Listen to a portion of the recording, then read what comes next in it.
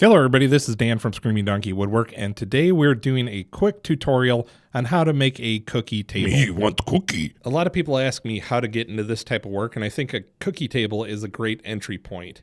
There's a lot of things you can screw up with it, and I'm going to share all of those with you, but when you get it right, it's pretty easy. Let's get weird with wood.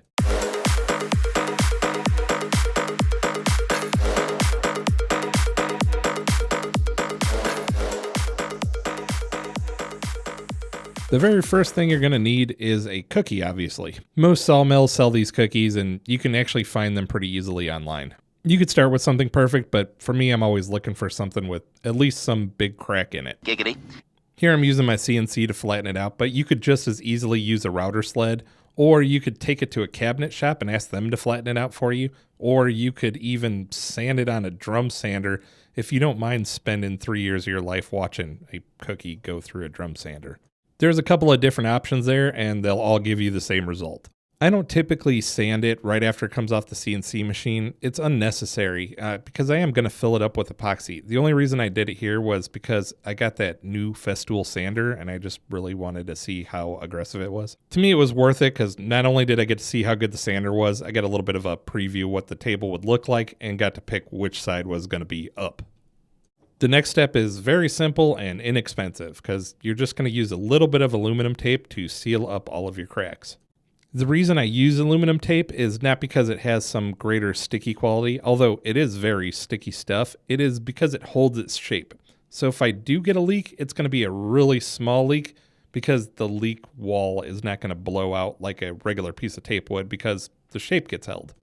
Now there's a ton of bug holes in my wood, so I sprayed some air down in the holes just to see where it would come out and then use tape to plug up any of those holes.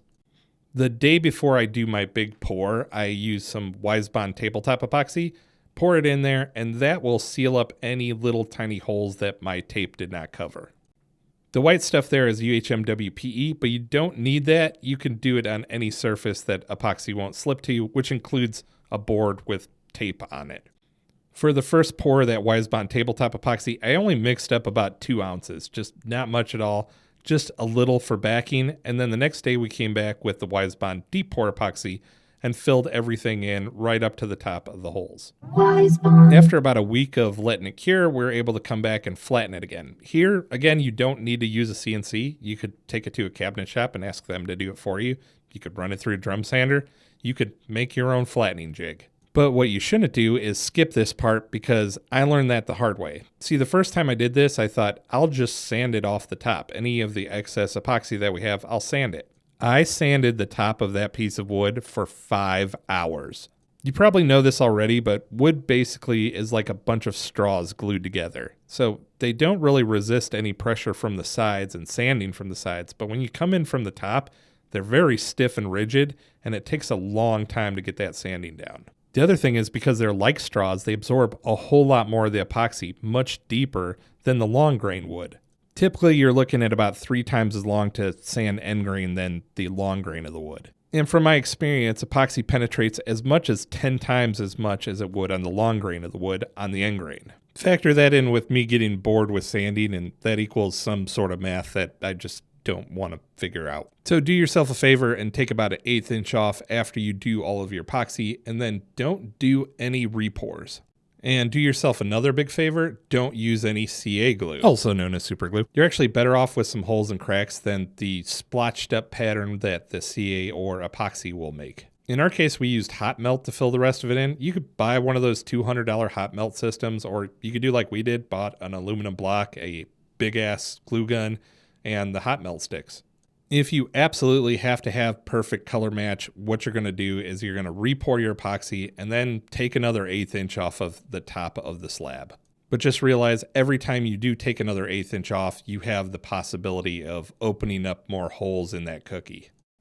For finishing, you can use whatever your favorite finish is. In my case, I'm using the Natura, which is a hard wax oil, which is similar to Rubio Monocoat.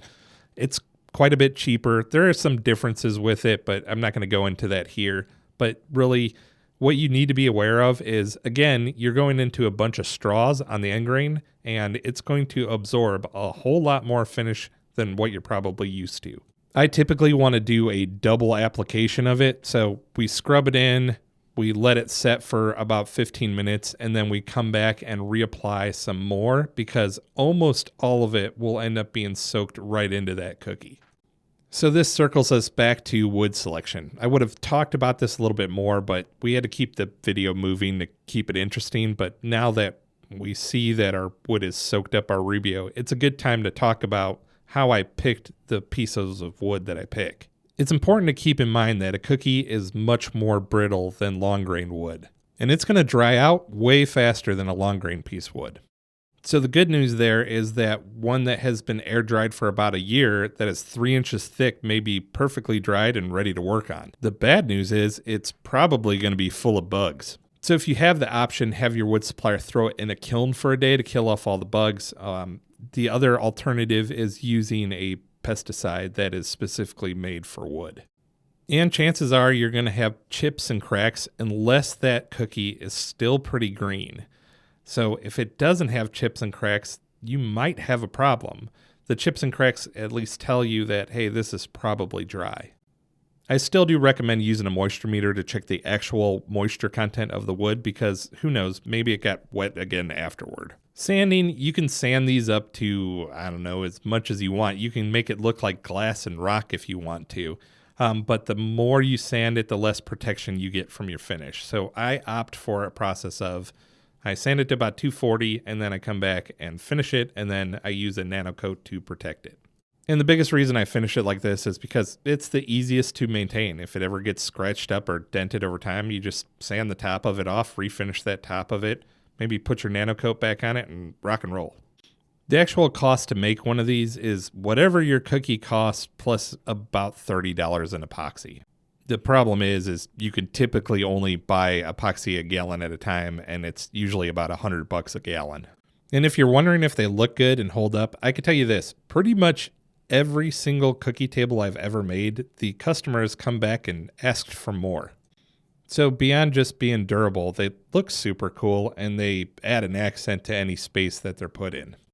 The drawback, again, is that they're brittle. So there's a chance if you drop this table on the ground that it's going to crack into 3 or 4 pieces.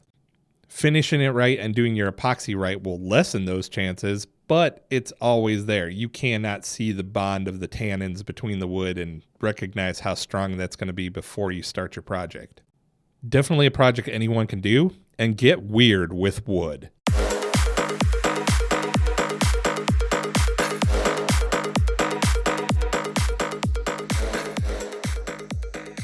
If you like what you saw here and want to see things that actually took me blood, sweat, and tears to create, click on one of these links. I mean, what else are you going to be doing?